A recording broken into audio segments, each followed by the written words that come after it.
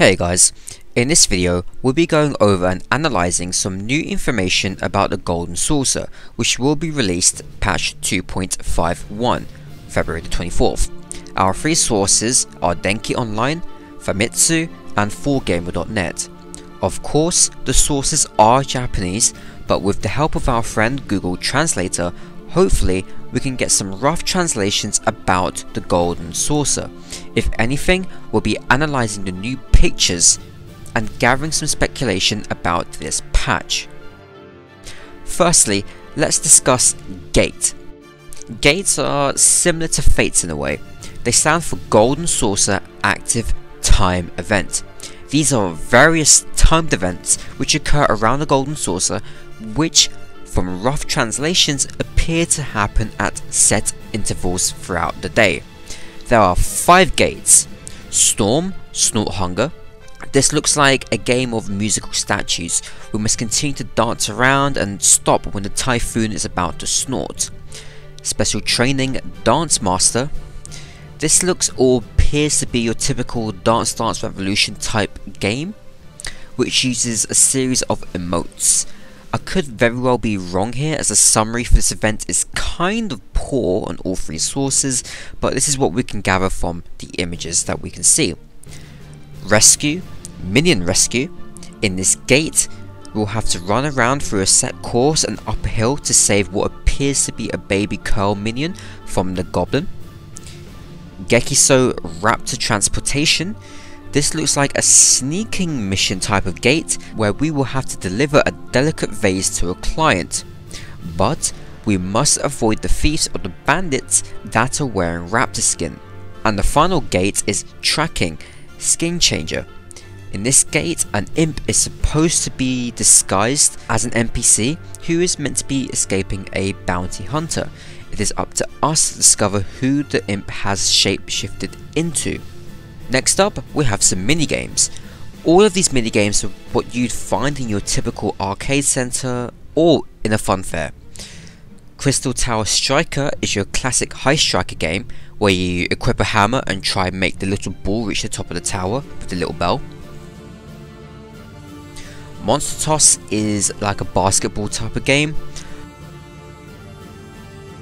I'm unable to translate the name of this game, but it's something like Kavatar, and this is your standard punching game. It looks like you're beating the crap out of Gilgamesh.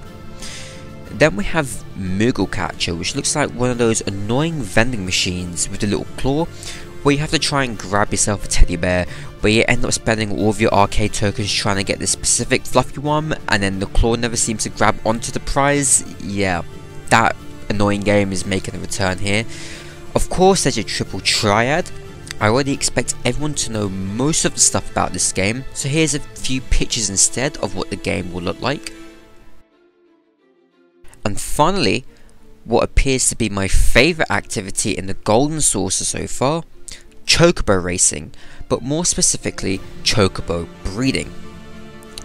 I'm going to go pretty in depth in there, as there's a lot of information that we can gather from the screenshots.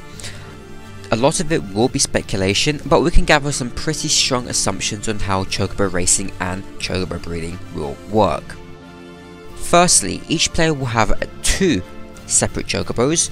One will be their main companion and the other is their racing Chocobo. When racing, each Chocobo will have their own stamina meter. I can only assume that there's a mechanic where you can knock out other Chocobos and make them lose stamina, buffs that may also allow you to gain stamina, and of course once your stamina has reached 0, we can assume that you will be knocked out of the race. Another interesting thing is that there are different coloured Chocobos that you can race, so it does look like you can dye them, and this actually does play a role in Chocobo Breeding, which we'll be going over in a bit.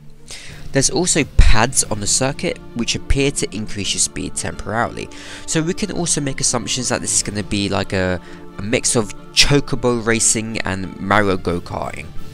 Looks kind of fun really. Now, Chocobo Breeding. Once your Chocobo has done enough races and grown, quote unquote, it will eventually retire. And once retired, your Chocobo is now eligible to be bred with another Chocobo to make some seriously competitive pedigrees. Taking a look at this UI, for example, for the breeding, we can make a few assumptions.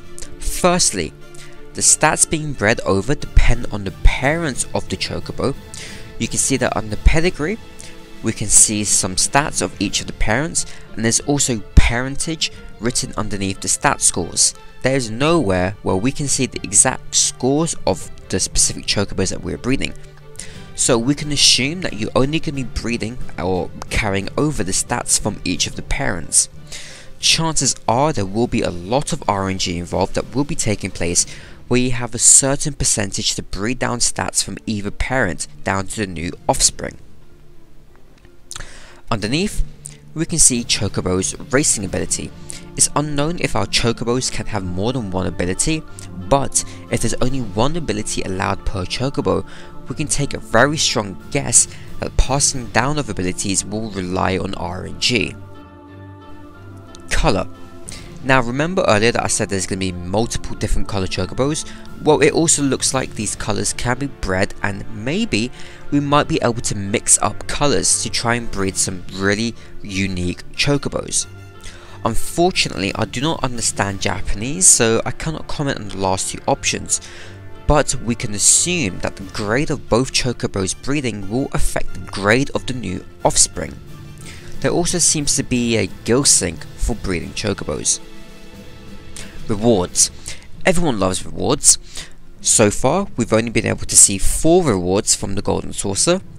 There's 2 mounts, the Adamantoise, and Fenrir, which we all know about already. Then there's also 2 gear costumes, the Setser's costume, and by the description of the gear from all of these 3 articles, it appears that a full set will slightly increase your gambler's luck. And of course, there's our beautiful bunny costume. The Setser's gear is available for both males and female. Unfortunately, the bunny costume is females only, which is a shame. And that's all we have time for today, folks. If you like this video, please give it a thumbs up. It will really help the channel more than you actually believe.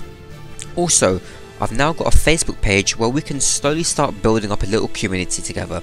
I'll be posting my latest videos there so you guys can be up to date with my current content.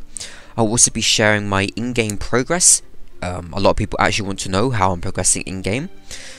I'll be cross-posting some interesting threads or posts that either I've seen or have posted myself on Reddit or on the forums.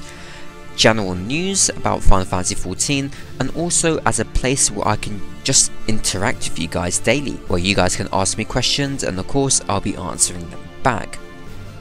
The link to my Facebook page will be in the description box down below. So, thank you for watching guys, take care, and as always, I'll see you all next time.